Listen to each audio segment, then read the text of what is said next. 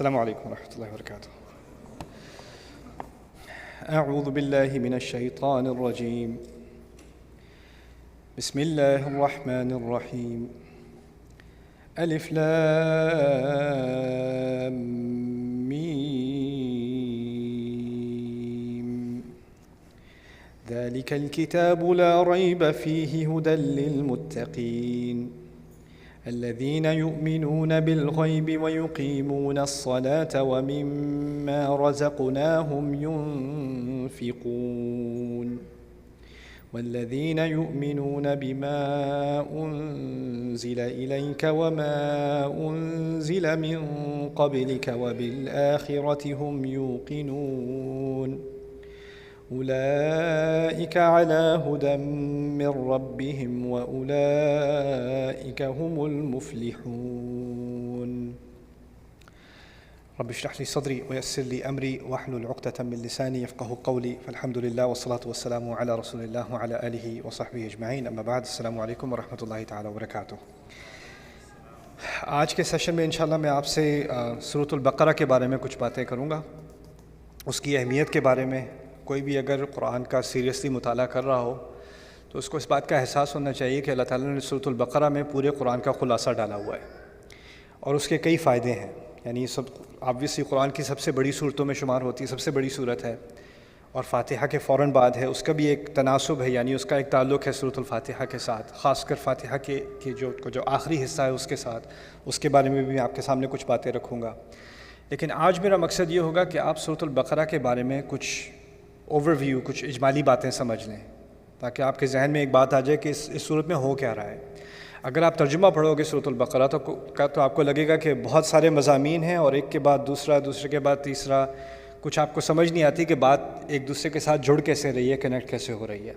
تو کلام کا جو ربط ہے وہ سمجھنا بہت ضروری ہے، اور یہ ساری چیزیں اکٹھی کیوں آ رہی ہیں؟ کیونکہ اللہ تعالیٰ نے ہر صورت کو اپنی حکمت سے چنا ہے، اس کی ساری آیات کو اپنی صحیح جگہ، صحیح مقام پر ڈالا ہے۔ اللہ تعالیٰ نے قرآن کے بارے میں کہا ہے کتاب احکمت آیاتہ، کہ ایسی کتاب جس کی آیات کو ساتھ میں سلایا گیا ہے ایک ساتھ۔ احکام عربی میں کہتے ہیں سلانے کو، اور جو سلائی ہو رہی ہوتی ہے نا، اس میں ہر ایک سوئی ایک دفعہ سے گزرتی ہے تو اس کا ایک پورا ڈیزائن بنتا ہے، پیٹرن بنتا ہے، تو ہر جگہ کو ایک پریسائز جگہ سے، خاص جگہ سے گزارنا پڑتا ہے۔ تو ایک ایک آیت چن چن کر کہاں جانی ہے، کیسے جانی ہے، اس کا انتخاب اللہ تعالیٰ نے خود کیا ہے۔ تو ہمیں لگتا ہے کہ مضمون 20 مختلف جگہوں پہ جا رہا ہے، مختلف سمتوں میں جا رہا ہے، تو بات سمجھ نہیں آ رہی۔ تو میرے نزدیک سورت کو سمجھنے کے لیے، ان کی آیات کو سمجھنے کے لیے، پہلے اگر انسان ذرا ایک تھوڑا پیچھے ہٹ کے پورا ویو سمجھ لے کہ بات ہو کیا رہی ہے اور کس مقصد سے ہو رہی ہے، پھر اس کے بعد اس کے جو مختلف اجزاء ہیں اور ایک ایک آیت ہے وہ سمجھ میں آ جائے گی۔ میتھمیٹکس میں کہتے ہیں the whole is equal to the sum of its parts، یعنی اگر آپ کے پاس 4 چیزیں ہیں، آپ کو جمع کرو گے تو آپ کو اس کا ہول ملے گا۔ لیکن لٹریچر میں، ادب میں کہا جاتا ہے the whole is greater than the sum of its parts، یعنی آپ پوری بات سمجھ لو تو اجزاء جو ہیں ان سے اگر ایک ایک چیز سمجھو گے تو وہ پوری بات سمجھ نہیں آئے گی۔ اگر آپ ایک آیت پڑھ لو گے، اس سے اگلی آیت اس کا جوڑ نہیں پتہ چلا آپ کو، تو آپ کو پتہ نہیں چلے گا کہ بات کیا ہو رہی ہے۔ یعنی ساری چیزیں سمجھو گے تو پھر پوری بات سمجھ میں آئے گی۔ تو اس لیے آج ایک اوور ویو، ایک اجمالی نظر سے دیکھتے ہیں سورۃ البقرہ کو۔ لیکن اس سے پہلے ایک اور مزید بات، فاتحہ کے بارے میں تو بہت کچھ کہا جا سکتا ہے، لیکن ایک بات فاتحہ کے بارے میں آپ کے سامنے رکھ دوں آج، وہ یہ ہے اللہ تعالیٰ نے کہا ہے صراط الذین انعمت علیہم غیر المغضوب علیہم ولا الضالین۔ ہم روزانہ پڑھتے ہیں۔ سمجھنے کی بات یہ ہے کہ اللہ تعالیٰ نے جب کہا کہ سیدھے راستے پر ہمیں ہدایت دیجیے، اہدنا الصراط المستقیم، پھر اس راستے کی وضاحت کی جا رہی ہے۔ وضاحت کیا ہے؟ کہ وہ راستہ جن پر آپ نے نعمت کی، ان کا راستہ، صراط الذین انعمت علیہم۔ یہاں تک بات مکمل ہے۔ اب پتہ چل گیا کہ سیدھا راستہ کیا ہے، یہ ان لوگوں کا راستہ ہے جن پر اللہ تعالیٰ نے نعمت کی ہے، اور ان کے بارے میں اولئک الذین انعم اللہ علیہم من النبیین والصدیقین والشہداء والصالحین وحسن اولئک رفیقا۔ قرآن نے خود ہی بعد میں جا کے وضاحت کر دی کون ہے جن پر اللہ تعالیٰ نے نعمت کی ہے۔ یہ نبیوں میں سے ہیں جنہوں نے نبیوں کے کلام کو سچ مانا اور اس پر قائم رہے، ان کی بات کی تصدیق کی، وہ ہیں الصدیقین۔ پھر شہداء ہیں اور صالحین ہیں، اردو میں آپ سمجھتے ہیں شہداء اور صالحین کون ہیں، ٹھیک ہے؟ تو اللہ تعالیٰ نے خود ہی اس کی ڈیفینیشن دے دی ہے کس پر نعمت کی گئی ہے۔ کہنا میں یہ چاہ رہا ہوں کہ یہاں تک تو بات مکمل ہو گئی۔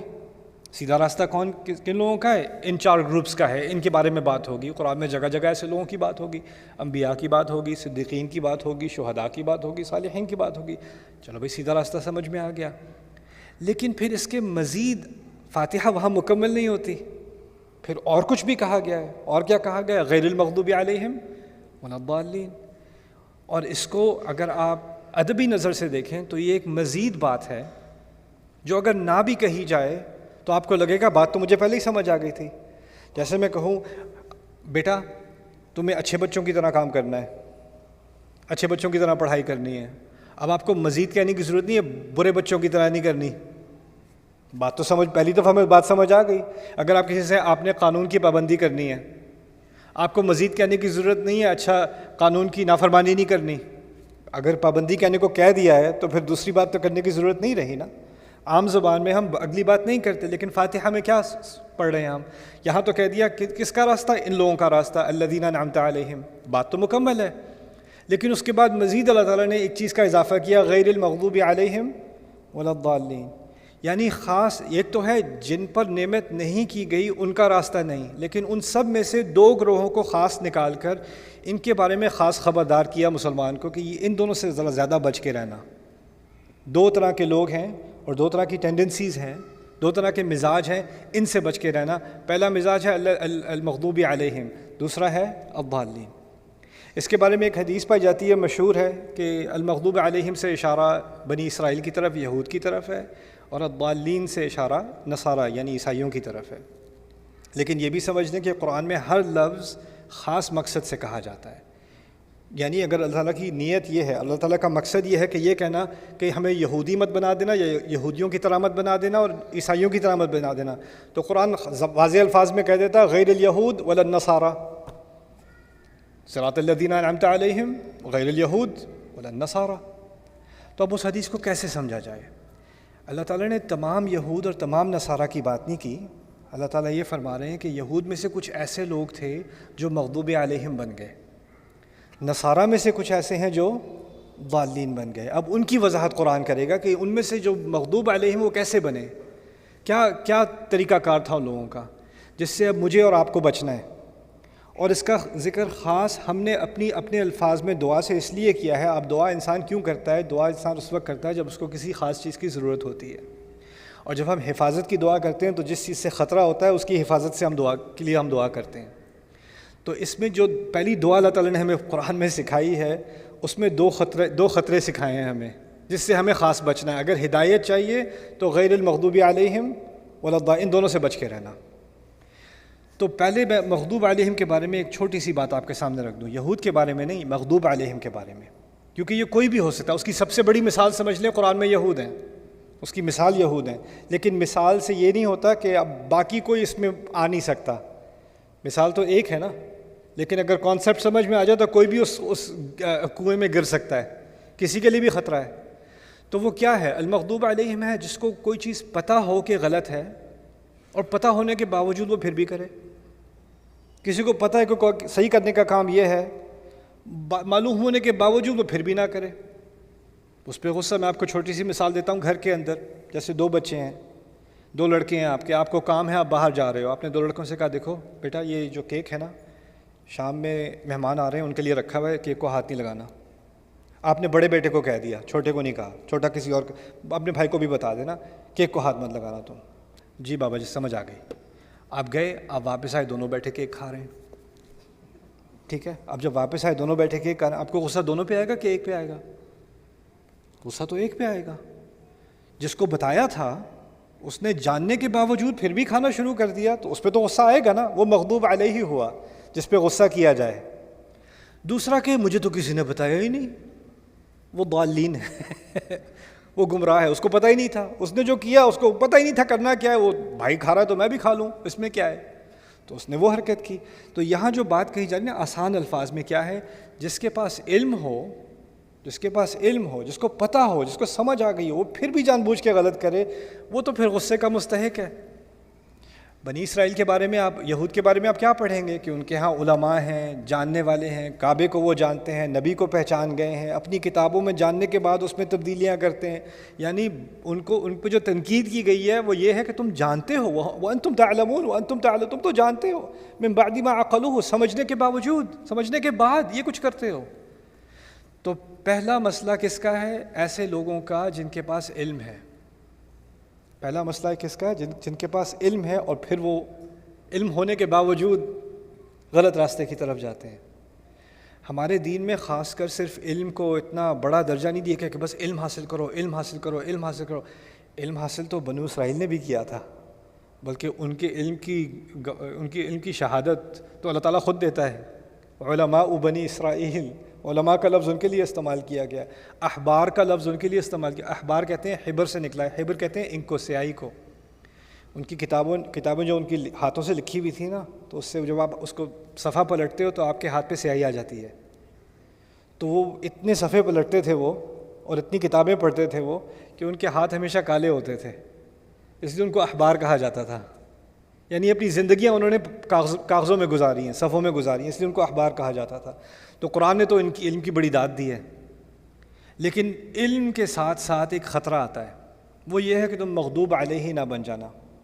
وہ کس طرح سے بنو گے؟ کہ میں کیسے بن سکتا ہوں، آپ کیسے بن سکتے ہیں؟ اتنی خطرناک چیز ہے کہ اللہ سے پناہ مانگ رہا ہوں، یا اللہ ہدایت تو دے دے گا تم، میں ہدایت مانگ رہا ہوں۔ ہدایت کا پہلا درجہ تو علم ہے، اگر علم ہی نہ ہو تو ہدایت کہاں سے آئے گی؟ لیکن اگر علم آ گیا تو اس کا مطلب نہیں ہے کہ ہدایت آ گئی، کیونکہ علم کے بعد بھی المغضوب علیہم کے چکر میں انسان پڑ سکتا ہے۔ دوسرا جو خطرہ ہے وہ الضالین کا ہے۔ الضالین کیا ہے؟ جن لوگوں کو کچھ پتہ ہی نہیں ہے، جو دل میں آتا ہے وہ سمجھتے ہیں تو میرے دل سے لگتا ہے کہ یہ کوئی اچھا کام ہے کرنے کو، میں یہی کر رہا ہوں، اس سے میرے دل کو سکون ملتا ہے تو میں یہ کر رہا ہوں، اس میں کیا برا ہے؟ یعنی پیچھے اس کے عمل کے پیچھے نیت اچھی ہے لیکن علم کچھ نہیں ہے، ٹھیک ہے نا؟ ایسے لوگ الضالین ہو جاتے ہیں۔ اور ہوتا یہ تاریخ میں کہ جب علم والے لوگ کرپشن میں ہوتے ہیں نا، تو اگلی جنریشن آ کے کہتی ہے یہ عالم سارے تو اتنے کرپٹ ہیں، ہمیں نہیں سیکھنا ہے ان کا اسلام، ہم خود ہی اچھے بن سکتے ہیں۔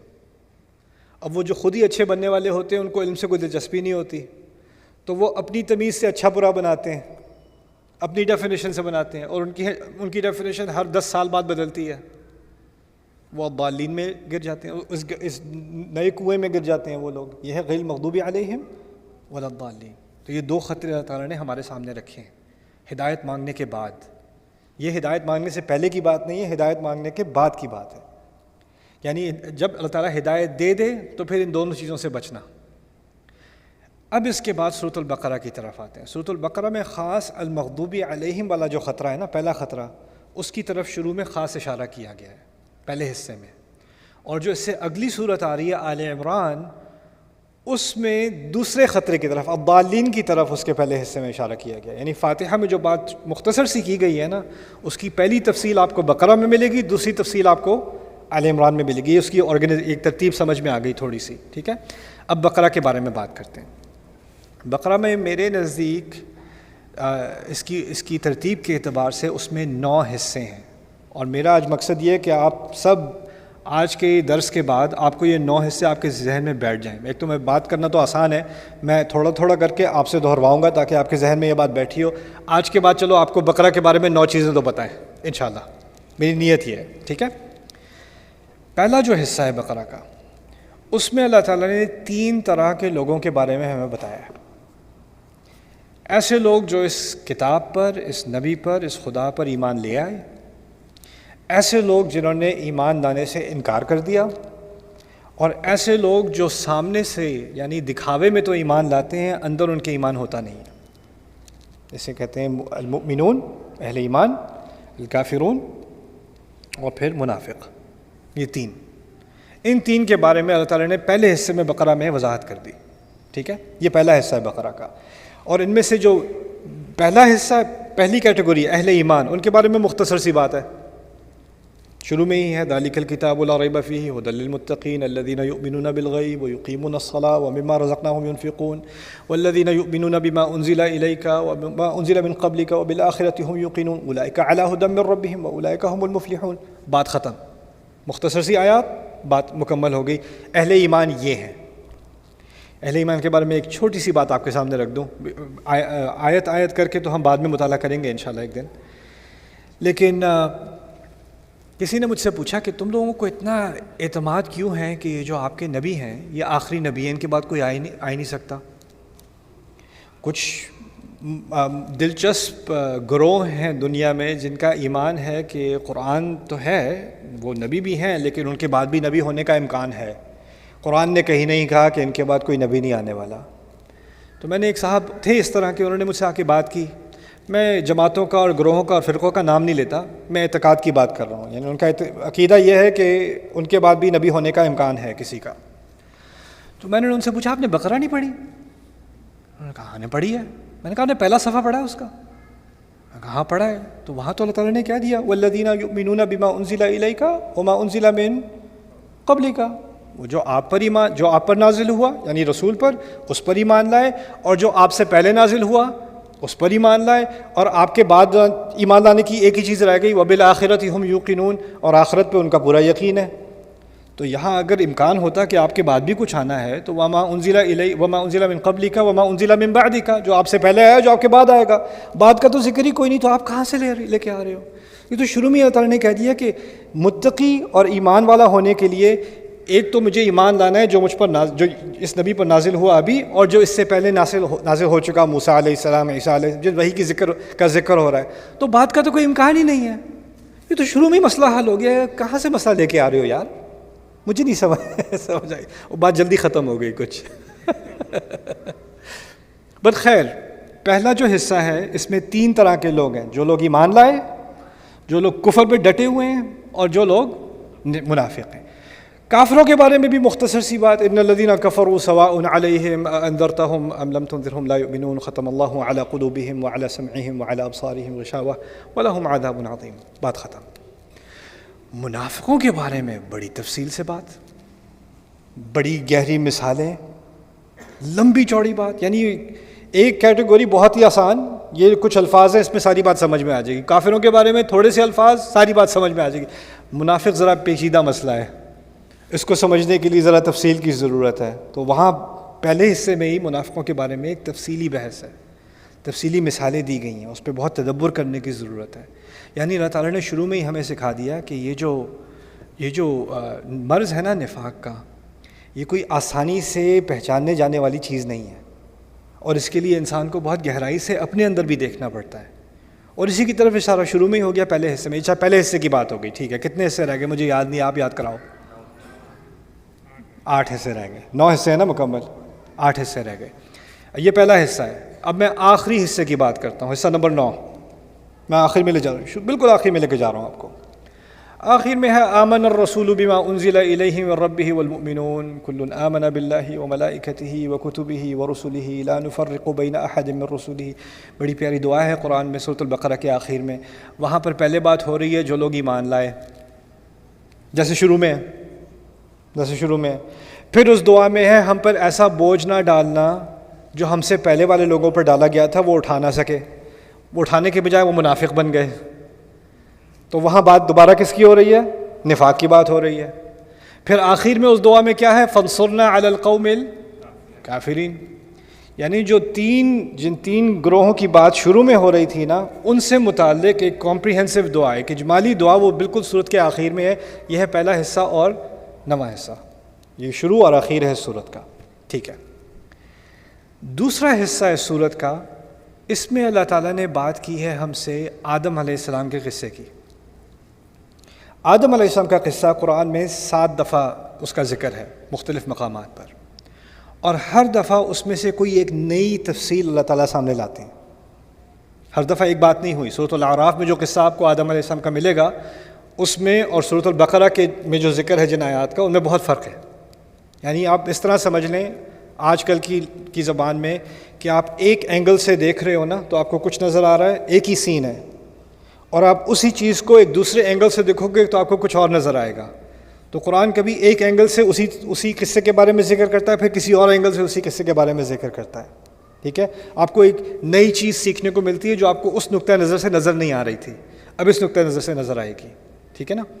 تو یہ پھر سورۃ البقرہ میں یہ جو دوسرا حصہ ہے آدم علیہ السلام کا قصہ، آسان ہے، یعنی یاد رکھنا کہ پہلا حصہ 3 گروہ، دوسرا حصہ آدم علیہ السلام۔ اب آدم علیہ السلام کے قصہ جو ہے اس میں خاص اللہ تعالیٰ نے 2-3 چیزوں کا ذکر کیا یہاں پر۔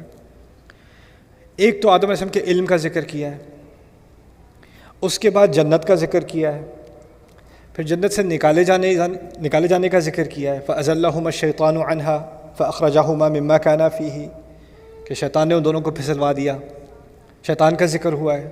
اور بھی بہت ساری باتیں ہیں، لیکن میں اب تھوڑی تھوڑی کر کے آپ کے سامنے رکھوں گا۔ تو یہ 2-3 چیزیں، علم کے بارے میں بات ہو رہی ہے، پھر لالچ دی شیطان نے اور لالچ کے ذریعے سے نکلوا دیا جنت سے، اس کے بارے میں بات ہو رہی ہے، ٹھیک ہے نا۔ اب یہ ہے کون سا حصہ؟ دوسرا، آدم علیہ السلام کا قصہ۔ اب میں آپ کو دوبارہ آخر میں لے کے جاتا ہوں، پہلے تو 9واں حصہ بتایا تھا نا، اب 8واں حصہ بتاتا ہوں۔ 8ویں حصے میں اللہ تعالیٰ نے 3 باتیں کری ہیں۔ ایک بات کی ہے کہ اللہ تعالیٰ کی راہ میں پیسے خرچ کرنا، جو آیات کا مجموعہ ہے نا خدا کی راہ میں خرچ کرنے کو، الانفاق فی سبیل اللہ، بقرہ کی انتہا میں اس سے بڑا کوئی مجموعہ قرآن میں کہیں اور نہیں ہے، جیسے خاص سورۃ البقرہ میں ہے، الانفاق فی سبیل اللہ، آیت کے بعد آیت کے بعد آیت۔ انسان اپنی کمائی سے جو اللہ تعالیٰ نے دیا ہے، اس کمائی میں سے جو بہترین انویسٹمنٹ کر سکتا ہے اپنے لیے، وہ کیا ہے؟ اللہ کی راہ میں خرچ کرنا۔ اس کے بارے میں تفصیلی بحث۔ اس کے فوراً بعد اللہ تعالیٰ نے بات کی ہے تفصیل سے کہ انسان اپنی کمائی سے روزی، اب جو روزی کمائی ہے اس سے بہترین کیا کر سکتا ہے، اس کے بعد اس سے بدترین کیا کر سکتا ہے۔ اس کے بعد ربا کی آیات ہیں، الذین یأکلون الربا لا یقومون کما یتخبطہ الشیطان من المس۔ قرآن میں پھر اس کے بعد ربا کی آیات ہیں۔ تو پہلے خرچ کرنے کی آیات ہیں اللہ کی راہ میں، اس کے بعد ربا کی آیات ہیں، اور اس کے بعد اب ایک تو ہو گیا بہترین طریقہ مال کے خرچ کرنے کا، ایک ہے بدترین طریقہ مال کے خرچ کرنے کا یا مال کمانے کا، پھر ایک بیچ میں راستہ ہے کس کا؟ حلال کا، تجارت کا اور دین کا، یعنی ادھار لینے کا صحیح طریقہ کیا ہے، اس کے بارے میں بات ہو رہی ہے۔ اور اس سب کے دوران اللہ تعالیٰ نے خاص کچھ چیزوں کا ذکر کیا ہے جس کا تعلق آدم علیہ السلام کے قصے سے ہے۔ آدم علیہ السلام کے قصے میں ایک جو تھیم نکلتی ہے وہ کیا ہے؟ لالچ۔ لالچ کی وجہ سے انسان گرتا ہے، اور یہاں پر انفاق فی سبیل اللہ، اللہ کی راہ میں خرچ کرو، کس مرض سے انسان کو پاک کرتی ہے یہ چیز؟ اللہ کی راہ میں خرچ کرنا لالچ نکالتی ہے انسان کے دل سے۔ ربا کس چیز کا نام ہے؟ ناجائز کسی مجبور کا فائدہ اٹھانا، اس کو ادھار دینا، اور پھر اس کی مجبوری کا فائدہ اٹھا کے اس سے زیادہ لینا، اس کا خون چوسنا، یہ لالچ ہی تو ہے، اور کیا ہے؟ اور لالچ کو کنٹرول میں رکھنا اور حلال طریقے سے بزنس کرنا، یہ سب لالچ ہی کی تو تربیت ہے۔ اور اس کے بعد انہی دوران میں اللہ تعالیٰ نے کہہ دیا الشیطان یعدکم الفقر ویأمرکم بالفحشاء واللہ یعدکم منہ مغفرۃ وفضلا۔ شیطان کا یہاں دوبارہ ذکر آ گیا، جیسے قصہ آدم میں آیا تھا یہاں بھی آ گیا۔ شیطان تمہیں وعدہ کرتا ہے کہ فقیر بھوکے مرو گے، خدا کی راہ میں خرچ کرو گے تو بھوکے مرو گے، ربا نہیں کھاؤ گے تو کیا کرو گے، کمائی کہاں سے کرو گے؟ واللہ یعدکم منہ مغفرۃ وفضلا، اللہ تمہیں وعدہ کر رہا ہے کہ وہ تمہیں معافی دے گا اگر حلال طریقے سے کماؤ گے، اور اس سے مزید اور بھی دے گا، وفضلا۔ تو یہ ہو گیا دوسرا حصہ اور 8واں حصہ۔ اب رہ گئے بیچ میں تھوڑے سے، اور 4 حصے ہو گئے بائی دا وے۔ کتنے حصے تھے ٹوٹل؟ 9 تھے۔ اب آتے ہیں تیسرے حصے کی طرف۔ تیسرے حصے میں اللہ تعالیٰ نے جیسے تمام مخلوق میں سے آدم کو چنا علیہ السلام، اور آدم علیہ السلام کو دنیا میں خلیفہ بنایا۔ انسانی تاریخ جیسے گزرتی گئی، پھر اللہ تعالیٰ نے فیصلہ کیا کہ صرف ایک آدمی کو نہیں چننا، ایک پوری قوم کو چنا جائے جو باقی دنیا کی قوموں کے لیے مثال بنے۔ تو اللہ تعالیٰ نے بنی اسرائیل کو چنا، خاص ان کو چنا۔ ان میں اتنے نبی دیے کہ کسی اور قوم کو اتنے انبیاء نہیں دیے۔ ان پر وحی نازل کی، ان پر نعمتیں نازل کی، ان پر اللہ تعالیٰ نے اپنا فضل نازل کیا، ان کو ایک ایسا مرتبہ دیا جو کسی اور قوم کو کبھی نہیں دیا گیا تھا ان سے پہلے۔ وَأَنِّي فَضَّلْتُكُمْ عَلَى الْعَالَمِينَ، میں نے تمہیں تمام اور قوموں پر فضیلت دی، تمام جہانوں پر۔ تمام اور عالمین سے مراد قومیں بھی ہوتی ہیں عربی میں، ان تمام پر تمہیں فضیلت دی۔ بنی اسرائیل کا ایک بہت بڑا حصہ ہے، تقریباً آیت نمبر 40 ہے یا 120-122 تک چلتی ہیں یہ آیات، بنی اسرائیل کے بارے میں بات ہو رہی ہے خاص۔ تو یہ تیسرا حصہ ہے سورۃ البقرہ کا، جس میں بنی اسرائیل کے بارے میں بات ہو رہی ہے، اور ایک ہی بات سمجھائی جا رہی ہے، تمہیں علم دیا، تمہیں ہدایت دی، تمہیں انبیاء دیے، تم نے انبیاء کو قتل کیا، تم نے کتابوں کو بدلا، تم نے حلال حرام کی تمیز نہیں کی، تم نے اللہ کی آیت کا مذاق اڑایا، تم تو دنیا کے لیے مثال بننے نکلے تھے، تم خود ہی اتنے کرپشن میں پڑ گئے۔ بار بار ایک تاریخ کا ایک چیپٹر، دوسرا چیپٹر، تیسرا۔ پہلے شروع میں بات کی تمہیں تو چنا تھا، تمہیں تو ایسا فضل دیا تھا جو کسی اور کو نہیں دیا، تمہیں تو یہ مرتبہ دیا تھا، اتنا مقام دیا تھا تمہیں، کیا تم نے اس مقام کے ساتھ، اور اب بھی وہی حرکتیں کر رہے ہو۔ تو یہ پورا تبصرہ قرآن میں لمبا تبصرہ ہوا ہے بنی اسرائیل کے اوپر، اور یہ کون ہیں؟ یہ وہ لوگ ہیں جن کے بارے میں اب کہا جا سکتا ہے المغضوب علیہم. کیوں؟ اللہ کا کیوں غصہ ہے ان پر؟ میں نے آپ کو بتایا تھا کس بیٹے پہ غصہ ہوگا؟ جس کو پتہ تھا کیک نہیں کھانا، جس کو پتہ تھا جس کو پتہ اس پہ تو غصہ ہوگا نا. وَأَنْتُمْ تَعْلَمُونَ مِنْ بَعْدِ مَا عَقَلُوهُ وَأَنْتُمْ تَتْلُونَ الْكِتَابَ. بار بار اسی سیکشن میں تم تو کتاب پڑھنے والے ہو، تم خود بھول جاتے ہو، تم تو سمجھنے والے ہو، پھر تم نے انبیاء کو قتل کیا. اور پھر اس طرح کے سوالات پوچھ کر بنی اسرائیل کے بارے میں ایک پورا کیس بنایا گیا ہے کہ تمہیں چنا گیا تھا سب سے اوپر، سب سے زیادہ، لیکن تم اس مقام پر پورے نہیں اترے، تم نے اس کا حق ادا نہیں کیا. اب بنی اسرائیل کو بڑا فخر تھا کہ ہم اسرائیل کی اولاد ہیں، اسی لیے نام کیا رکھا ہے اپنا؟ بنی اسرائیل. اسرائیل کی اولاد. اسرائیل کا دوسرا نام ہے یعقوب. اسرائیل کا دوسرا نام ہے یعقوب. یعقوب کس کی اولاد ہیں؟ اسحاق کی. اسحاق کس کی اولاد ہیں؟ ابراہیم کی. اللہ تعالیٰ نے پھر بنی اسرائیل، یہ تیسرے حصے کے بعد میں پیچھے سے بھی لا رہا تھا، اب پچھلے حصے میں یعنی اب نواں حصہ ہو چکا. نواں حصے میں دعا تھی، 8ویں حصے میں لالچ کے اوپر بحث تھی، اب 7واں حصہ پیچھے سے میں آ رہا ہوں. وہاں پر اللہ تعالیٰ نے شریعت کے احکام دیے ہیں، روزے کے احکام، حج کے احکام، طلاق کے احکام، میراث کے احکام، قتال کی لڑائی کے احکام. سارے احکام جو ہے نا، ابتدائی احکام قرآن کی، شریعت کی ابتدا وہ سورۃ البقرہ میں ہے، وہ اس سیکشن میں ہے، یعنی پیچھے سے اگر آپ تیسرے حصے پر آتے ہیں. اس کی کیا سینس بنتی ہے؟ ایک طرف تو بنی اسرائیل کو شریعت دی گئی تھی، انہوں نے شریعت کا مذاق اڑایا. دوسری طرف کسے شریعت دی جا رہی ہے؟ ہمیں شریعت دی جا رہی ہے. اب دیکھا جا رہا ہے فانظر کیف تعملون، اب دیکھتے تم کیا کرتے ہو. ان کا تو امتحان ہو چکا نا، وہ تو فیل ہو چکے اپنے امتحان میں. اب کس کا امتحان ہو رہا ہے؟ ہمارا. تو اب ہمارے احکام کا ذکر یہاں پر ہے اس سیکشن میں. تو اب جب بھی ہم ان احکام کو پڑھیں تو ہمیں ذہن میں رکھنا چاہیے پہلے اللہ تعالیٰ نے بات کی تھی ان کی، اور جس طرح کہ انہوں نے اپنے احکام کا مذاق اڑایا تھا، اپنے احکام کو بدلنے کی کوشش کی تھی، اس کی قدر نہیں کی تھی. تو ہمیں وہ بات ذہن میں رکھتے ہوئے ان احکام کو پڑھنا چاہیے. ٹھیک ہے نا؟ وہ دونوں کا ایک تناسب ہو گیا آپس میں. اب آگے چلتے ہیں. ان کو میں نے آپ کو کہا تھا ان کو بڑا فخر ہے کہ وہ اسرائیل کی اولاد ہیں. اللہ تعالیٰ نے کہا تمہیں اتنا فخر ہے کہ تم اسرائیل کی اولاد ہو، تمہیں کیا اس بات کا فخر نہیں کہ تم ابراہیم کی اولاد ہو؟ ابراہیم علیہ السلام کی. یہاں تک کہ اصل میں جو اختلاف تھا رسول صلی اللہ علیہ وسلم سے کہ ہم اس کو مان ہی نہیں سکتے نبی، یہ تو امی ہے. امی کیسے ہیں؟ یہ تو اسرائیل کی اولاد میں سے ہی نہیں ہے. تو اللہ تعالیٰ بات تھوڑی اور پیچھے لے گئی، کیا ابراہیم کی اولاد میں سے بھی نہیں ہے؟ تم ابراہیمی کے تو اولاد ہو نا. اور پھر بات بنی اسرائیل کے قصے کے بعد اگلی بات جو ہو رہی ہے وہ ہو رہی ہے ابراہیم علیہ السلام کے بارے میں. اور پہلی بات کیا کہی ابراہیم علیہ؟ یہ چوتھا حصہ ہے بائی دا وے. میں شروع سے آپ کو دیکھوں یاد رہا کہ نہیں. پہلا حصہ کیا تھا؟ 3 طرح کے لوگ. دوسرا حصہ کیا تھا؟ آدم علیہ السلام کا قصہ. تیسرا حصہ کیا تھا؟ بنی اسرائیل. بنی اسرائیل کو اب کس کی یاد دلائی جا رہی ہے؟ ابراہیم علیہ السلام کی. چوتھا حصہ ہے ابراہیم علیہ السلام. ابراہیم علیہ السلام اور ان کی اولاد. ابراہیم علیہ السلام اور ان کی اولاد. اور ان کی اولاد 2 نسلیں ہیں. ایک اسماعیل کے ذریعے جس میں آگے ہزاروں سال جا کے رسول صلی اللہ علیہ وسلم کی پیدائش ہے، اور دوسری طرف ہے اسحاق. اسحاق کے ذریعے ہے یعقوب، اور یعقوب کے ذریعے ہے بنی اسرائیل. ٹھیک ہے نا؟ اب اس حصے میں اللہ تعالیٰ نے کیا مزے کی بات کی، یہاں پر یعقوب کی بات کی اور اسماعیل علیہ السلام کی بھی بات کی. دونوں نسلوں کی بات کر لی. یعنی اگر ایک کو یاد رکھتے ہو تو دوسرے کو کیسے بھولتے ہو؟ اور اسماعیل کے ساتھ تو کھڑے ہو کے انہوں نے کعبہ بنایا تھا. یہ وَإِذْ يَرْفَعُ إِبْرَاهِيمُ الْقَوَاعِدَ مِنَ الْبَيْتِ وَإِسْمَاعِيلُ. تو اللہ تعالیٰ واپس جو مشترک والد ہیں، یعنی عربوں کے اور بنو اسرائیل کے جو مشترک والد ہیں، یعنی خاص کر بنی اسماعیل کے، ان کا ذکر کیا ابراہیم علیہ السلام کا. لیکن پہلی بات جو ابراہیم علیہ السلام کے بارے میں کی، سب سے اہم جو بات کی، وہ کیا تھی؟ وَإِذِ ابْتَلَىٰ إِبْرَاهِيمَ رَبُّهُ بِكَلِمَاتٍ فَأَتَمَّهُنَّ. جب اللہ تعالیٰ ان کے رب نے ابراہیم علیہ السلام کا بہت بڑے امتحانات لیے، اپنے الفاظ سے، اپنے احکام سے ان کے بڑے امتحان لیے گئے، اور انہوں نے تمام امتحانوں کو پورا کیا، پاس ہوئے تمام امتحانوں میں. یہ خاص اشارہ ہے کس بات کی طرف؟ تمہارا امتحان لیا تھا، تم لوگ کیا کر گئے؟ فیل کر گئے.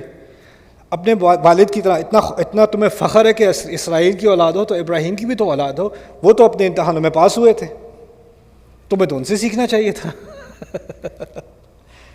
تو یہاں پر ابراہیم علیہ السلام کے امتحان میں پاس ہونے کا ذکر ہے، ٹھیک ہے، اس کے بعد کعبے کی تعمیر کی بات ہوگی تھوڑی دیر بعد. لیکن خیر یہ ہے چوتھا حصہ. اب پیچھے سے چوتھے حصے کی طرف آتے ہیں، یعنی 9واں تو کر چکے، 8واں بھی کر چکے، 7واں، اب چھٹے پہ آ رہے ہیں. چھٹے میں کیا ہے؟ اللہ تعالیٰ نے ہمیں کہا وَلَنَبْلُوَنَّكُمْ بِشَيْءٍ مِّنَ الْخَوْفِ وَالْجُوعِ وَنَقْصٍ مِّنَ الْأَمْوَالِ وَالْأَنفُسِ وَالثَّمَرَاتِ وَبَشِّرِ الصَّابِرِينَ. تمہارا بڑا شدید امتحان لیا جائے گا ہر طرح سے. بِشَيْءٍ، ہر طرح کا خوف تمہیں دیا جائے گا. من الخوف بھوک کا بھی تمہیں سامنا کرنا پڑے گا. وَنَقْصٍ مِّنَ الْأَمْوَالِ، تمہارے اموال میں بھی کمی آئے گی، نقص آئے گا. والانفس، تمہارے لوگ بھی تم سے چھوٹیں گے، کچھ لوگ مارے جائیں گے، کچھ لوگ مرض میں ہوں گے، کچھ لوگ تم سے چھین لیے جائیں گے، ایسا بھی ہوگا تمہارے ساتھ. وبشر الصابرین، صبر کرنے والوں کے لیے خوشخبری ہے. یعنی یہاں ذکر کیا ابراہیم علیہ السلام نے تمام امتحان پاس کیے چوتھے حصے میں، اور دوسری طرف چھٹے حصے میں کیا ہے؟ چھٹے میں سے اب تمہارا امتحان لیا جائے گا، تمہارا امتحان لیا جائے گا. یعنی اپنے والد ابراہیم علیہ السلام کے امتحانات کو یاد رکھو، اور ان کے امتحانات کو سمجھ کر یہ بات ذہن میں رکھ لینا کہ تمہارا ہمیشہ امتحان لیے جانے والا ہے، کیونکہ تم ابراہیم کی اولاد ہو علیہ السلام. تمہارا بار بار امتحان ہونا ہے. سورۃ البقرہ کچھ سمجھ میں آ رہی ہے کیا ہو رہا ہے سورۃ البقرہ میں؟ ایک حصہ رہ گیا، 4 اس طرف 4 اس طرف، بیچ کی بات رہ گئی ہے. وہ کیا ہے؟ 5واں حصہ ہے، درمیانی حصہ. یہ سورت کا، اس سورت کا آپ دل سمجھ لیں. یہ کیا ہے؟ اب تم یروشلم کے بجائے اب تمہیں سجدہ کرنا ہے کعبے کی طرف، جس کی تعمیر تمہارے والد ابراہیم علیہ السلام نے کی تھی. یعنی اس طرح سمجھ لیں کہ یہ پوری سورت جو ہے یہ کعبے کا طواف کر رہی ہے. اور اسی حصے میں کیا کہا ہے اللہ تعالیٰ نے؟ اس سیکشن میں کیا کہا ہے؟ وَكَذَلِكَ جَعَلْنَاكُمْ أُمَّةً وَسَطًا. اسی طرح سے تمہیں، جس طرح یہ کعبہ درمیان میں ہے اب اس پوری سورت کے، ہمیں کہا اسی طرح تمہیں درمیانی امت بنایا، درمیانی امت بنایا. اور یہ جو وسط کا ذکر ہے، یہ آیت نمبر ہے 143. میرے اردو نمبر بڑے خراب ہیں. 43 143. بقرہ میں کتنی آیات ہیں؟ 286. یہ نمبر آتا ہے مجھے. 143. این درمیان میں کہا تمہیں بیچ والی امت بنایا. Just literally in the half. سبحان اللہ. اب کہا ہمیں کہ اب تمہیں درمیانی امت، اسی لیے قبلہ اس طرف شفٹ کیا گیا ہے ابراہیم علیہ السلام کی بات کا ذکر کرنے کے بعد. تو یہ ہے سورۃ البقرہ کے مضامین اور کیسے یہ درمیان میں آ رہے ہیں. اب ایک اور طریقے سے اس کو سمجھ لیں. یہ تو ہو گئے اس کے 9 سیکشنز. پہلا قصہ کون سا ہے اس پورے سیکوینس میں؟ پہلا قصہ کس کا تھا؟ آدم علیہ السلام کا.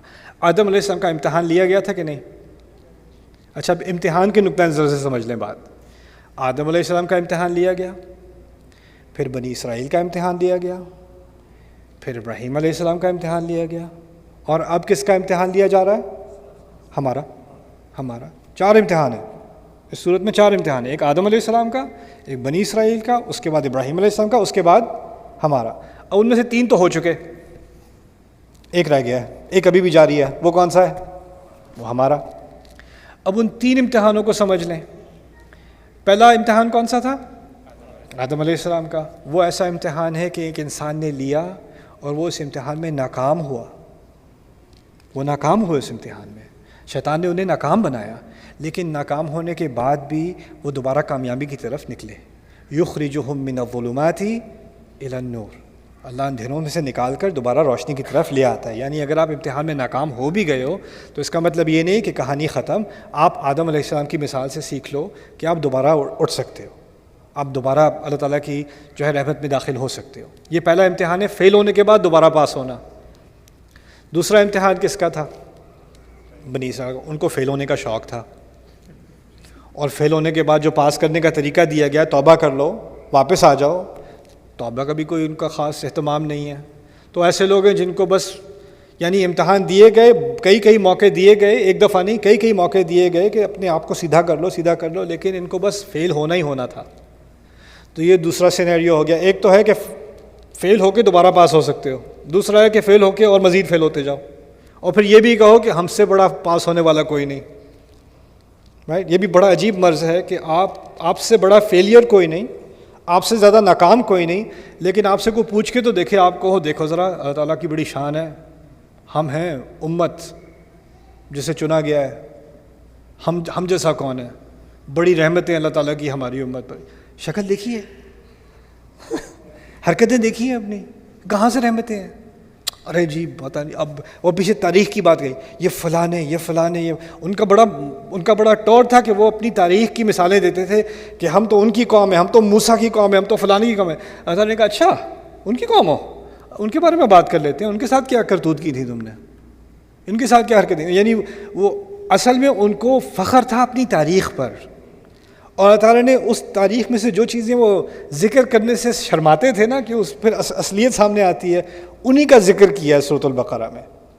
اور اسی طرح سے ایک مرض سامنے لایا گیا ہے کہ امت کی شخصیت میں، امت کی نفسیات میں، ہماری امت کی نفسیات میں شاید یہ مرض آ سکتا ہے، کیونکہ ہم نے شروع میں فاتحہ میں کیا دعا کی تھی؟ مغضوب علیہم کی طرح مت بنا دینا ہمیں۔ تو کیا مرض آ سکتا ہے؟ ہماری تاریخ دیکھیں، عمر بن الخطاب رضی اللہ تعالیٰ عنہ، ابو بکر صدیق رضی اللہ عنہ، صلاح الدین، یہ دیکھیں ہم نے کیا کیا فتح نہیں کیا، ہماری فتوحات۔ یار تم ذرا اپنی سڑک تمہاری کتنی گندی ہے، اور تم عمر رضی اللہ عنہ کی فتوحات کی بات کر رہے ہو۔ مسجد میں تو تمہاری لڑائیاں ہو رہی ہیں اور تم ایک امت کی بات کر رہے ہو، کہاں کی بات کہاں لا رہے ہو؟ لیکن کیا اپنی حقیقت نہیں دیکھنی، بس تاریخ کے سہارے سے ورڈ نمبر 1، ہم سے بہتر کون ہوگا، ہم ہی چنے ہوئے لوگ ہیں، باقی سب تو جہنم کی لکڑی ہیں، وہ جلانے کے لیے بنائے گئے ہیں، ہمارے لیے تو جنت کا انتظار ہے۔ کیسے کما رہے ہو جنت؟ یہی تو مرض تھا پچھلے والوں کا، اس لیے تو اس کی خبر 80 آیات صرف ان لوگوں کے مرض کے اوپر۔ کیوں؟ کیونکہ وہ مرض اتنا خطرناک ہے۔ قرآن کا مقصد یہودیوں کو گالیاں دینا تھوڑی ہے، قرآن کا مقصد مجھے اور تمہیں بات سمجھانا ہے کہ ہم اس مصیبت میں نہ پڑ جائیں، بات تو یہ تھی۔ تو دوسرا امتحان کیا ہے؟ جو فیل ہو، اور فیل ہونے کے باوجود اس کے دماغ میں کیا ہو کہ ہم سے زیادہ کامیاب کون ہو سکتا ہے۔ پھر تیسرا امتحان ہے ابراہیم علیہ السلام کا، جن کے ہاں ناکام ہونے کا امکان ہی نہیں ہے، مشکل ترین امتحانات، اور وہ سب میں کامیاب ہوئے، سب ایک کے بعد میں ایک میں کامیاب ہوئے۔ اب ہمارے سامنے 3 امکانات ہیں۔ ایک امکان ہے کہ امتحان لیا جائے اور ہم بغیر گرے پھسلے کامیاب ہو جائیں۔ دوسرا امکان وہ ابراہیم کا امکان ہے۔ دوسرا امکان میرے سامنے کیا ہے کہ میں ناکام بھی ہوتا رہوں اور اپنے اندر ایک مرض ڈال لوں، ایک جھوٹی قصہ کہانی ڈال لوں کہ میں بہت کامیاب ہوں۔ اور تیسرا یہ ہے کہ آدم علیہ السلام کی طرح غلطی بھی کروں، پھر توبہ کروں اور دوبارہ کامیاب ہو جاؤں۔ 3 سینیریو۔ اب کہا گیا کہ تمہارا امتحان لیا جا رہا ہے۔ تو اس نقطہ نظر سے بھی سمجھ لیں کہ جو بات بقرہ میں ہو رہی ہے، سمجھایا جا رہا ہے کہ اب امت کس مقام پر کھڑی ہے۔ وہ ہر انسان اپنے آپ سے پوچھے میں کہاں کھڑا ہوں، کیا میں گر چکا ہوں؟ اگر میں گر چکا ہوں تو مجھے آدم علیہ السلام سے سیکھنا چاہیے۔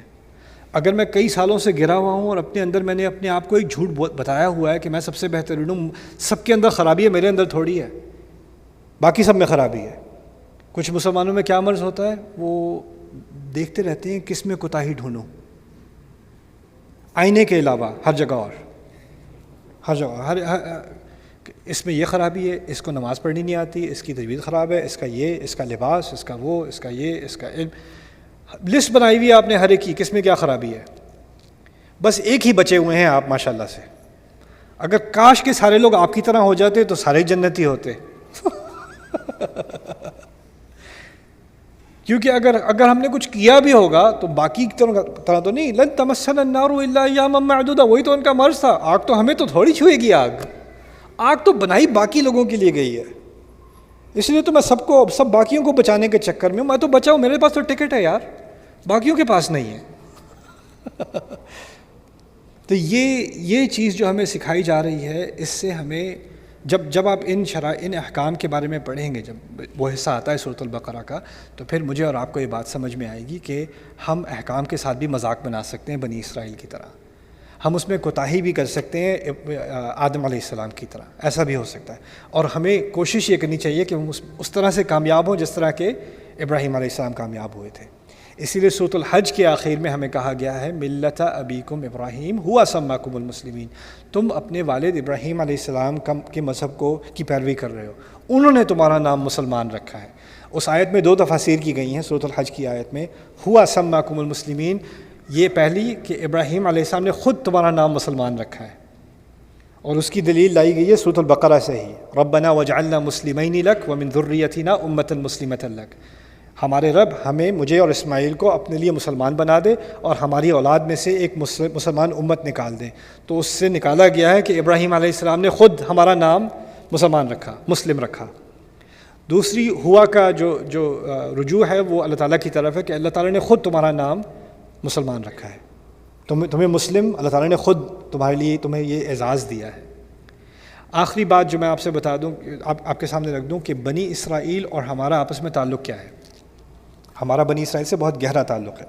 کوئی بھی اگر قرآن سنجیدگی سے پڑھ رہا ہو نا شروع سے آخر تک، تو اس کو اس بات کا احساس ہوگا کہ قرآن میں بنی اسرائیل اور بنی اسرائیل کے انبیاء کا ذکر سب سے زیادہ ہے۔ اکثر بات انہی کے بارے میں ہو رہی ہے۔ سب سے زیادہ ذکر کیا ہوا رسول موسیٰ علیہ السلام، بنی اسرائیل۔ تورات موشے اسے وہ کہتے ہیں، موسیٰ کی تورات۔ ہم کہتے ہیں کتاب اللہ، وہ کہتے ہیں تورات موشے، ان کے ہاں یہ مصطلح استعمال ہوتی ہے۔ اس کے بعد بنی اسرائیل کے میں بھیجے گئے انبیاء کے بارے میں، بنی اسرائیل خود کے بارے میں جن چیزوں کا ذکر ہے وہ قرآن میں اس کی اکثریت ہے۔ تو ہمارا بنی اسرائیل سے ایک بہت گہرا تعلق ہے۔ اور یہ بھی بات عجیب سی ہے کیونکہ عیسائی بنسبت یہود، عیسائی بہت بڑی تعداد ہے، دنیا کی میجورٹی سمجھ لیں، اور یہود ایک بہت چھوٹی مائنورٹی ہے دنیا میں، بہت ہی چھوٹی قوم ہے۔ تو اگر پاپولیشن کے حساب سے دیکھا جائے تو زیادہ بات کس کے بارے میں ہونی چاہیے تھی؟ عیسائیوں کے بارے میں۔ اتنی سی قوم کے اوپر اتنا فوکس، اس سے ہمیں بات کیا پتہ چل رہی ہے کہ سائز سے کچھ نہیں ہوتا، کوئی قوم بڑی ہو یا چھوٹی ہو اس سے کچھ نہیں ہوتا۔ اللہ تعالیٰ نے اگر ان کو چنا ہوتا اور انہوں نے اللہ تعالیٰ کے احکام کو فالو کیا ہوتا تو یہ دنیا کے حکمران ہوتے۔ لَأَكَلُوا مِن فَوْقِهِمْ وَمِن تَحْتِ أَرْجُلِهِمْ، یہ اوپر سے نیچے سے دونوں سے کھاتے، اللہ تعالیٰ کہتے ہیں لَوْ أَنَّهُمْ أَقَامُوا التَّوْرَاةَ وَالْإِنْجِيلَ۔ لیکن خاص ان کا ذکر اتنا زیادہ شاید اس لیے بھی کیا جا رہا ہے کہ ہمارے اور ان کے درمیان بہت ساری چیزیں ایک جیسی ہیں۔ تو یہ آخری بات آج میں آپ کے سامنے رکھ رہا ہوں، پھر میری بات ختم ہے۔ ہمارے اور ان کے درمیان کیا چیزیں مشترک ہیں؟ ان کے جو قوم کے ان کو بانی سمجھ لیں، جنہوں نے ان کو ایک امت بنایا، وہ موسیٰ علیہ السلام ہے، ٹھیک ہے نا۔ بنی اسرائیل تو اولاد تو پہلے سے تھے، لیکن قوم کب بنے ہیں؟ وہ موسیٰ علیہ السلام کی لیڈرشپ میں بنے وہ قوم۔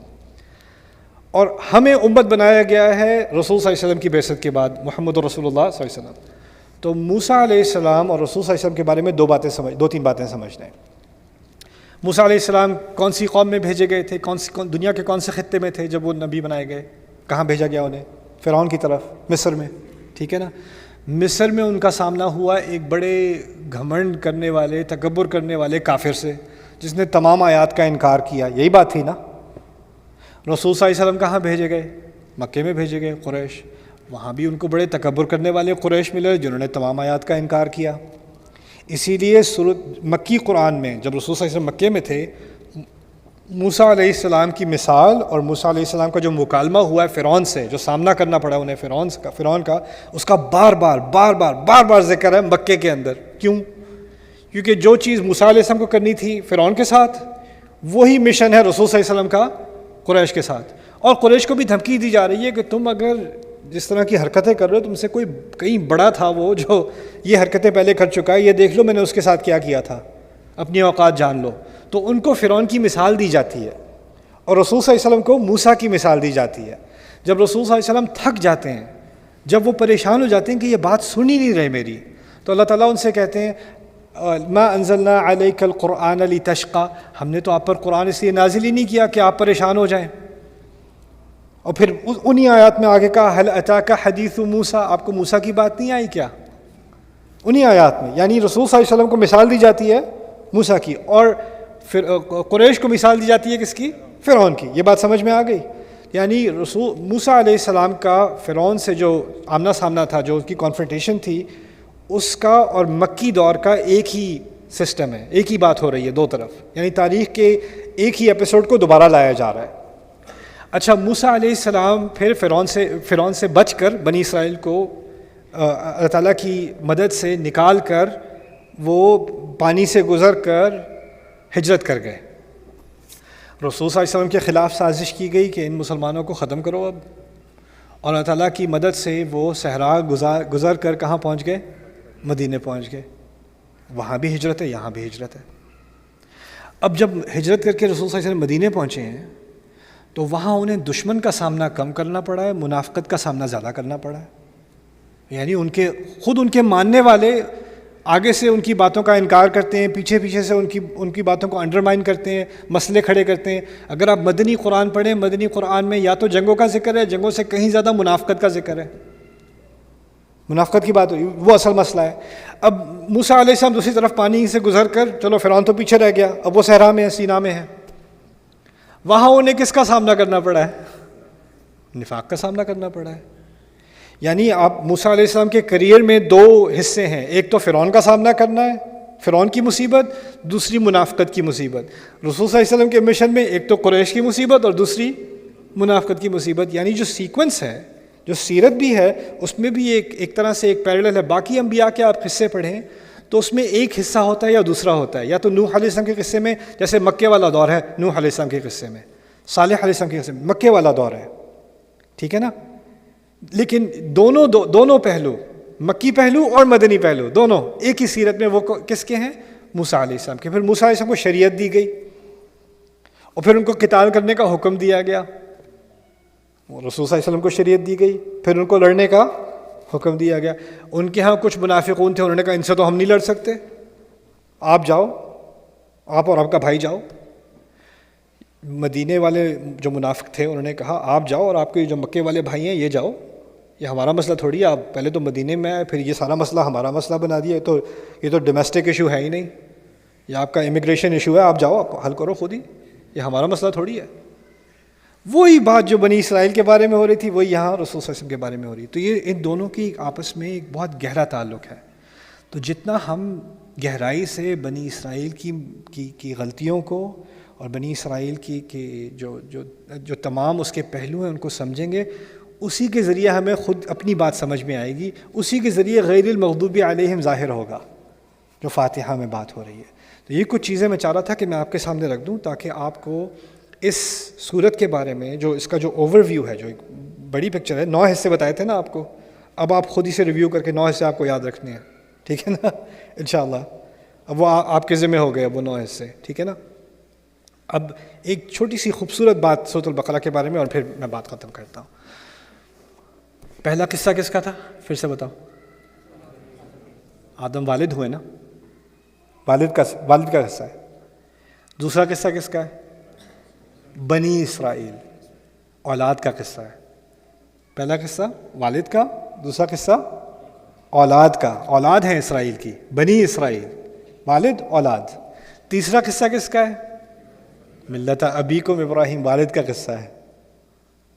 اور پھر چوتھا قصہ کس کا ہے؟ اولاد کا، ابراہیم کی اولاد کا علیہ السلام.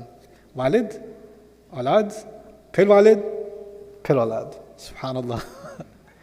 عجیب ترتیب ہے قرآن کی، عجیب نظام ہے اس قرآن کا. آپ کوئی بھی اور کتاب پڑھ لو آپ کو ایسا نظام نہیں ملے گا، آپ کو ایسی ترتیب نہیں ملے گی.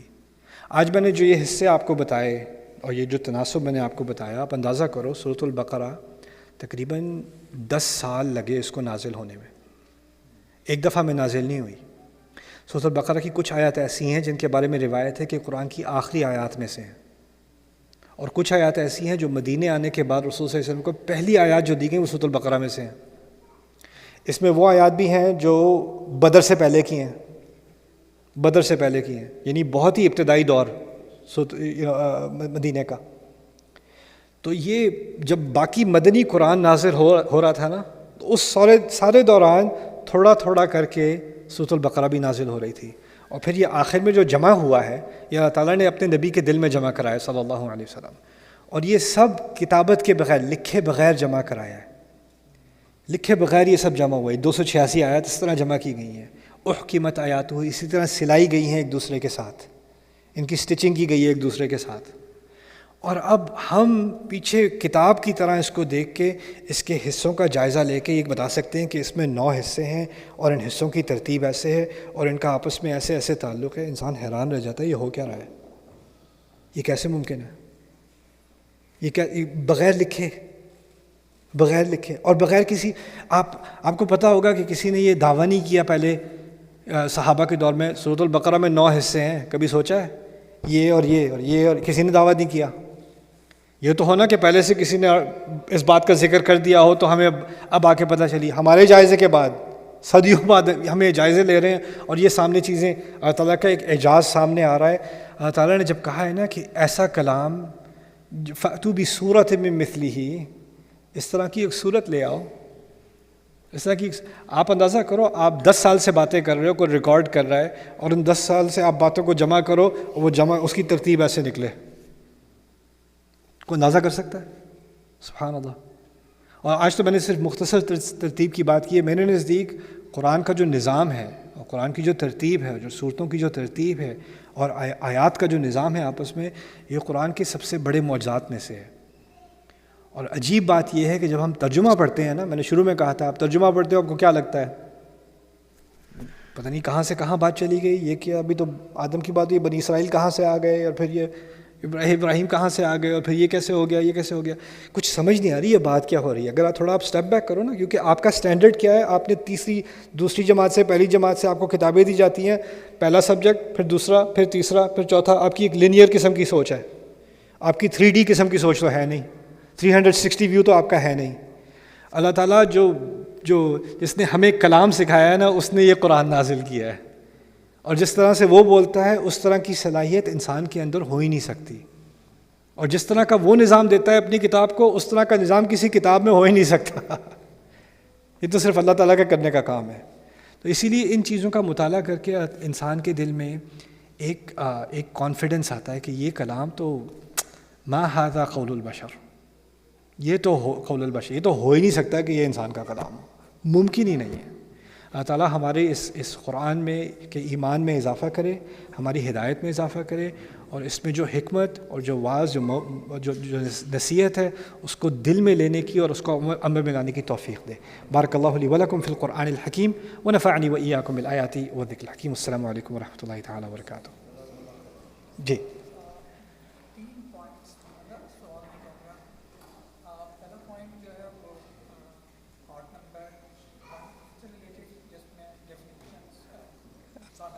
ہاں، 3 طرح کی جو ڈیفینیشنز ہیں، جی پہلے حصے میں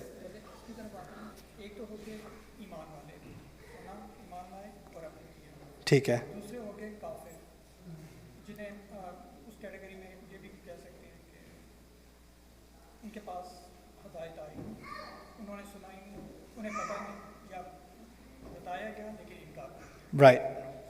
اب منافق، اور جیسے آپ نے کہا کہ قرآن میں زیادہ حصہ منافقین کے بارے میں، مدنی قرآن میں، ہاں دوسری طرف آپ نے یہ بھی بتایا کہ زیادہ حصہ بنی اسرائیل پہ بھی آیا۔ بالکل۔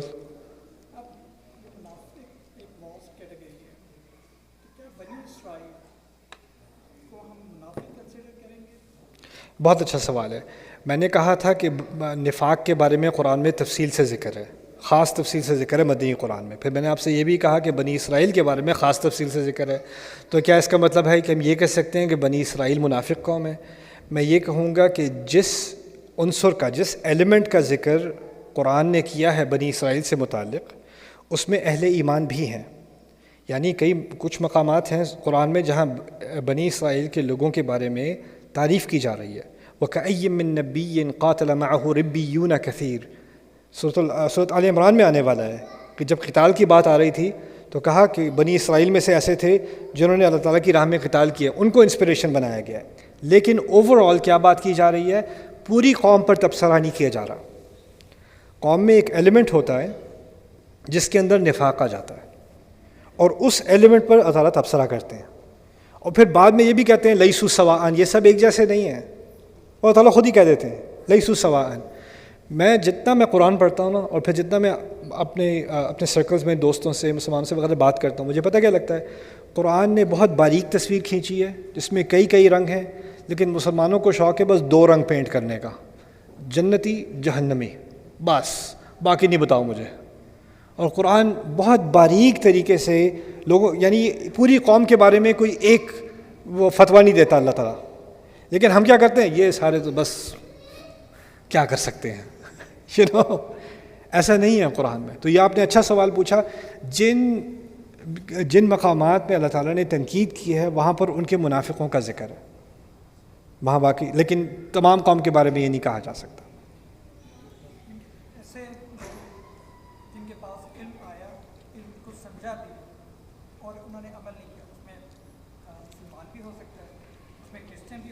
بالکل بالکل، اب آپ کو بات سمجھ میں آئی. جس کے پاس علم آیا اور علم آنے کے باوجود اس نے اس پر عمل نہ کیا اور مسلسل نہ کیا، غلطی تو ہر ایک سے ہوتی ہے، مسلسل نہ کیا، وہ یہودی بھی ہو سکتا ہے، عیسائی بھی ہو سکتا ہے، مسلمان بھی ہو سکتا ہے، بلکہ ایتھیسٹ بھی ہو سکتا ہے، کوئی بھی ہو سکتا ہے. جی جی، آپ کے 3 پوائنٹ تھے شاید نا. دوسرا پوائنٹ میرا تھا پارٹ نمبر 3 بنی اسرائیل. ہسٹری سے ریلیٹڈ. جی جی جی جب ہم قبلہ کی بات کرتے ہیں ہمیں پتہ ہے کہ حضور صلی اللہ علیہ وسلم کو مکہ سے محبت تھی اور جب قبلے کی ڈائریکشن چینج کی گئی تو اللہ تعالیٰ کی طرف سے اسی طرح سے کہا گیا کہ مجھے پتہ ہے کہ تم بار بار فلو گے. تو ہسٹوریکلی قبلہ کی ڈائریکشن بیت المقدس کیسے ہوئی؟ وہ تو حضرت داؤد کے زمانے میں بنا، اس سے پہلے قبلہ کون سا تھا؟ جبکہ ہمیں یہ بھی ملتا ہے ہسٹری سے کہ حضرت ابراہیم نے کعبہ کی تعمیر کی.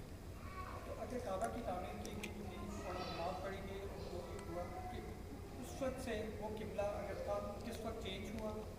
اگر چینج ہوا تھا جی. اگر نہیں ہوا قبلہ وہ نہیں تھا کہ حضرت ابراہیم نے کنسٹرکٹ. آپ کا سوال میں پہلے دہرا دوں. وہ سوال یہ ہے کہ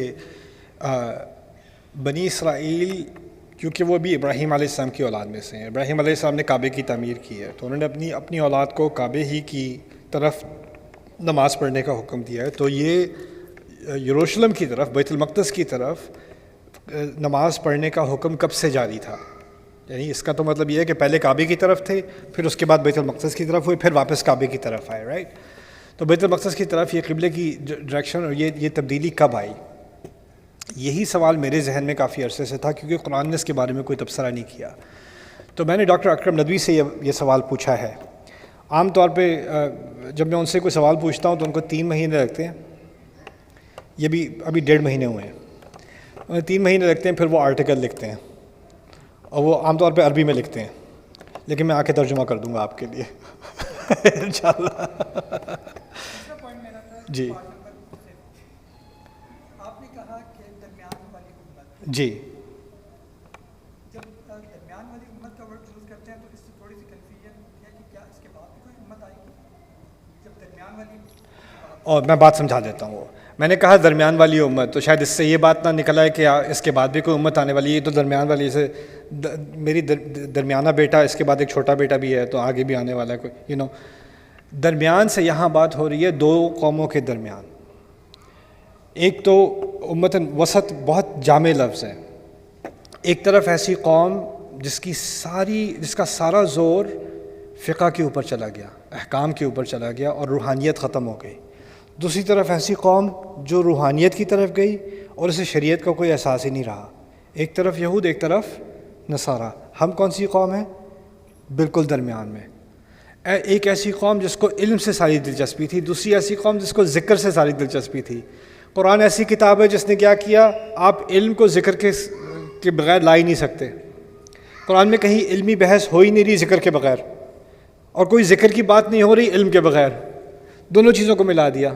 یا تو ہوتا ہے کہ آپ روحانیت کی طرف، ذکر کی طرف جا رہے ہو، یا علم کی طرف جا رہے ہو. قرآن نے آپ کو ایک ڈائریکشن یا دوسری ڈائریکشن میں جانے کی کوئی امکان نہیں دیا. پھر اسی طرح ایمان اور عمل. بنو اسرائیل کے ہاں عمل کی بہت اہمیت ہے، جیسا بھی کریں عمل کی بہت اہمیت ہے. میری ایک رہبر سے میرے ساتھ ڈنر ہو رہا تھا یہیں ڈیلس میں، مغرب کے ٹائم میں ملا. میں نے اس سے 2 منٹ لیے، نماز پڑھنے میں گیا. نماز ان کی کیا ہوتی پتہ ہے؟ وضو کرتے ہیں کھانے سے پہلے، کھانے سے پہلے ان کا وضو ہے، اور 15 منٹ کی اس نے دعا کی ہے کھانا ایک والا کھانے سے پہلے. ان کا ایک ریچول ہے، ایک چیز میں اتنی ٹیکنیکل وہ فالو کرتے ہیں. عمل پہ سارا زور ہے، عمل پہ. اور دوسری طرف جو ہے یعنی دل کے معاملے پہ کوئی زور نہیں ہے، اذکار پہ. تو ان دونوں کے درمیان، علم اور عمل کے درمیان، ایمان اور عمل کے درمیان جو بیلنس لایا گیا ہے وہ قرآن میں. اور دوسری، میں آپ کو آج ہی کچھ دیر پہلے بات ہو رہی تھی، اصل میں دنیا کے تمام مذاہب میں نا ایک ٹینشن رہی ہے. وہ ٹینشن کیا ہے؟ یا تو آپ روح کو تقویت دو گے یا جسم کو. تو کوئی کہے گا کہ آپ نے زیادہ اسپرچول بننا ہے نا تو آپ کھانا کم کھاؤ، سویا کم کرو، شادی بھی نہ کرو، جیسے کیتھلکس نے کیا ہے، شادی بھی نہ کرو. یعنی جسم کی ضروریات کو آپ ڈینائی کرو گے تو آپ زیادہ اسپریچول ہو جاؤ گے یا آپ زیادہ روحانیت کی طرف جاؤ گے. اور اگر جسم کی طرف جاؤ گے تو روحانیت ختم ہو جائے گی, روحانیت کی طرف جاؤ گے تو جسم کو کمپرومائز کرنا پڑے گا. اللہ تعالیٰ نے اس امت کو بالکل عین درمیان میں ڈالا ہے. ہمارے دین میں کوئی ایسی عبادت نہیں ہے, کوئی ایسا حکم نہیں ہے جس میں دونوں کا فائدہ نہ ہو. ہمیشہ ہر چیز میں, یہاں تک کہ میں سب سے روحانی جو عمل ہے ہماری زندگی کا وہ حج ہے. آپ کو معلوم ہے, آپ دنیا جہان چھوڑ کے آپ جا رہے ہو اللہ تعالیٰ کے سامنے, قیامت کے روز کی ایکسرسائز ہے وہ, ٹھیک ہے نا.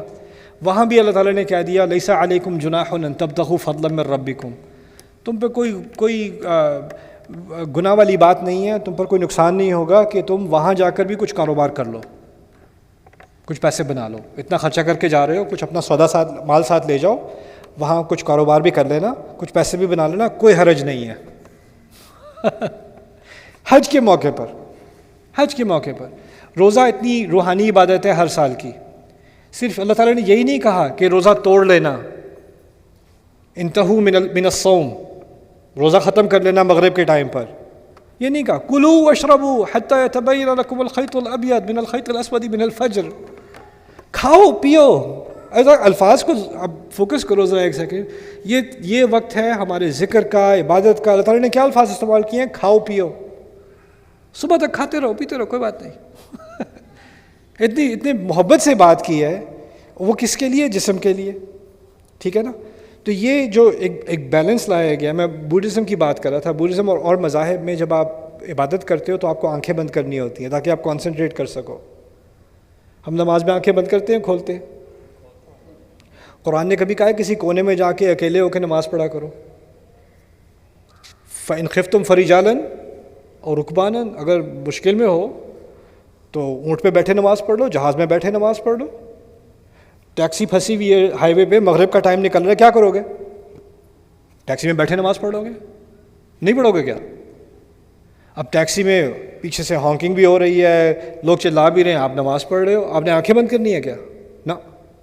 اب اگر نماز میں, جب نیو یارک میں تھا, کبھی جا رہا ہوں رستے میں ٹائم ہو گیا نماز کا, کوئی سینٹرل پارک میں پڑھ لی, کبھی سب وے اسٹیشن میں پڑھ لی, کہیں سڑک پہ کونے میں جا کے کر لی.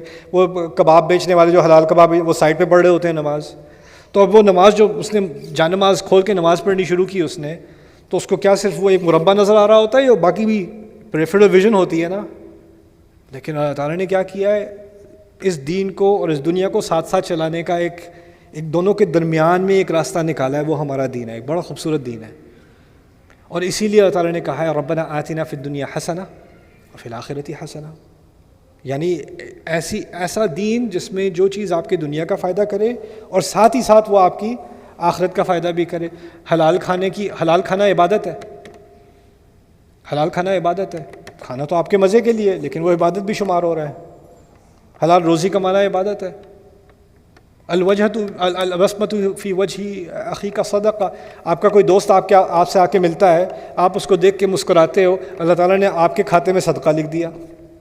وہ تو میرا دوست ہے یار, مجھے تو اس سے اللہ کی خاطر تھوڑی مسکرایا تھا میں. وہ تو اب آیا ہے تو مجھے اس کے ساتھ تھوڑی مستی کرنی تھی, تو اس لیے میں مسکرا رہا ہوں. اس کے ساتھ مذاق کرنے تھے, بچپنا نکالنا تھا اپنا, لیکن وہ بھی اللہ تعالیٰ نے اس کو صدقہ لکھ دیا. تو اصل میں وسط کے معنی یہ نہیں ہے کہ اس کے بعد ایک امت آئے گی. وسط اور اس کے بعد والی امت کی بات بھی سمجھ لیں. قرآن نے یہ بھی کہہ دیا ان تتولوا یستبدل قوما غیرکم ثم لا یکونوا امثالکم, تم اگر اپنی پیٹھ دکھاؤ گے نا تو وہ تمہیں تمہاری جگہ کسی اور کو تبدیل کر کے لے آئے گا. وہ تمہاری طرح کے نکمے نہیں ہوں گے. ثم لا یکونوا امثالکم, تمہاری طرح کے نہیں ہوں گے وہ. تم پیٹھ موڑ کے تو دکھاؤ, دیکھو میں کیا کرتا ہوں. یہ بھی دھمکی اللہ نے دے دی. تو یہ مت سمجھے ہم کہ بھئی ہم مسلمان قوم ہیں تو ہمیں کیا ریپلیسمنٹ. نہیں, اللہ تعالیٰ بہت ریپلیس کرتا ہے. اب مذہب, اب ہمارا دین نسل سے تعلق نہیں رکھتا, اب ہمارا دین عقائد سے تعلق رکھتا ہے. تو ایک نسل غائب ہو سکتی ہے, کسی اور نسل کو لے آئے گا وہ, اور وہ ہماری طرح ہوں گے ہی نہیں. ثم لا یکونوا امثالکم, ایسا بھی کر سکتا ہے وہ تو صاف واضح الفاظ میں اللہ تعالیٰ نے کہہ دیا. بنی اسرائیل کو تو ریپلیس کر دیا نا ہم سے, ہمیں بھی کہہ دیا تم بھی اب ریپلیسیبل ہو. قرآن ریپلیسیبل نہیں ہے, تمہارا نبی ریپلیسیبل نہیں ہے, لیکن تم بنی اسماعیل تھوڑی ہو, تم صرف ایک نسل تھوڑی ہو, تم تو ایک امت ہو. سبحان اللہ, جزاک اللہ خیر. Sisters in get a turn. کسی کا سوال ہے وہاں پر؟ نہیں ہے.